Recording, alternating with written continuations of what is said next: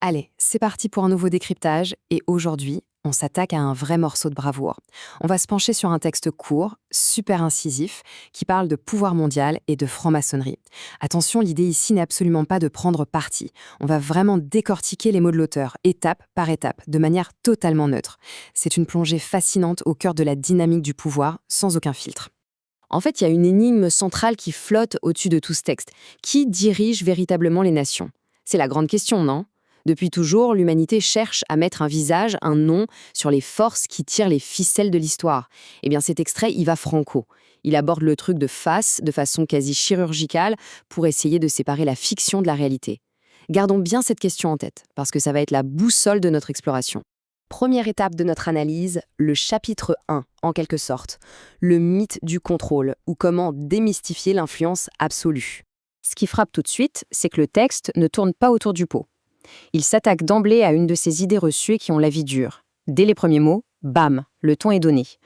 Au-delà de la critique facile. L'auteur se place direct au-dessus de la mêlée. En gros, il balaye les raccourcis simplistes et les petites attaques gratuites qu'on entend partout dès qu'on parle de pouvoir. C'est une vraie invitation à élever le débat, à réfléchir posément et à ne pas tomber dans la facilité. Et c'est là que ça devient crucial. Juste après avoir posé le cadre, le texte lâche une véritable bombe contre une théorie ultra populaire. C'est écrit noir sur blanc. La franc-maçonnerie ne dirige aucune nation. Aucune. Faut vraiment s'arrêter 2 secondes là-dessus. Remarquez la répétition. Ce mot « aucune », isolé à la fin. C'est pas juste pour faire joli, c'est fait pour marquer les esprits. Un vrai coup de marteau rhétorique. L'auteur balaye totalement le fantasme du complot occulte hyper centralisé. Ce qui nous amène logiquement au deuxième point, la réalité des dirigeants et les véritables allégeances du pouvoir. Alors attention, le texte nie le contrôle mondial par une seule entité, d'accord, mais il ne vit pas chez les bisounours non plus. Il reconnaît tout à fait une réalité factuelle. Nos dirigeants ne vivent pas dans une bulle.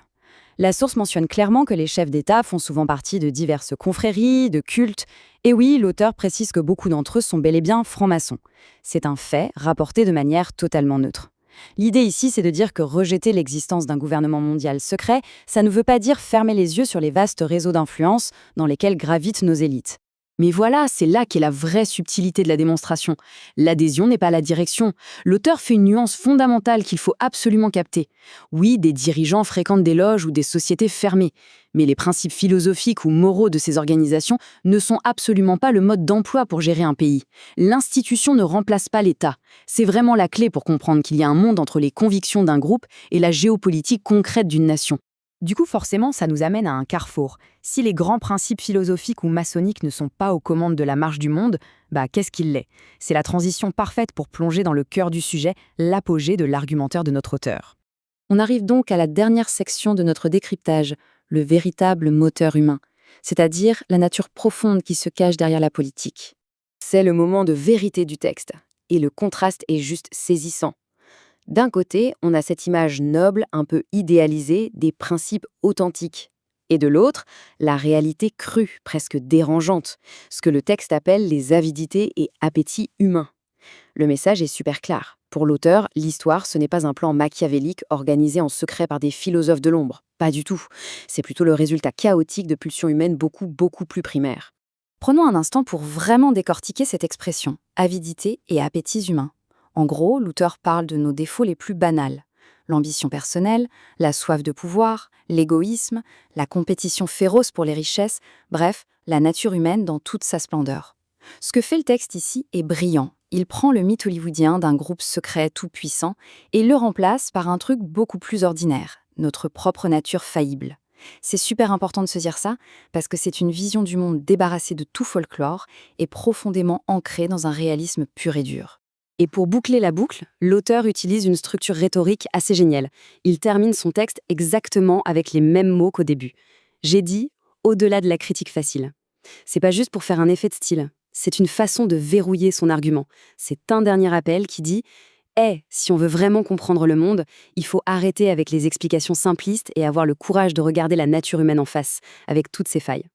Et ça nous laisse sur cette pensée finale, qui bouscule un peu, il faut l'avouer. Est-ce qu'au fond, ce n'est pas beaucoup plus rassurant de s'accrocher au mythe d'un contrôle mondial absolu, plutôt que d'accepter le chaos total généré par nos propres appétits humains? Les théories du complot, bizarrement, ça rassure. Ça donne l'illusion qu'il y a un pilote dans l'avion, même s'il est malveillant. Accepter que le monde est ballotté par des millions de petits égoïsmes incontrôlables, c'est peut-être ça la vérité la plus vertigineuse. C'est là-dessus que s'achève notre décryptage aujourd'hui, une vraie invitation à continuer de creuser et de remettre en question ce qu'on croit savoir.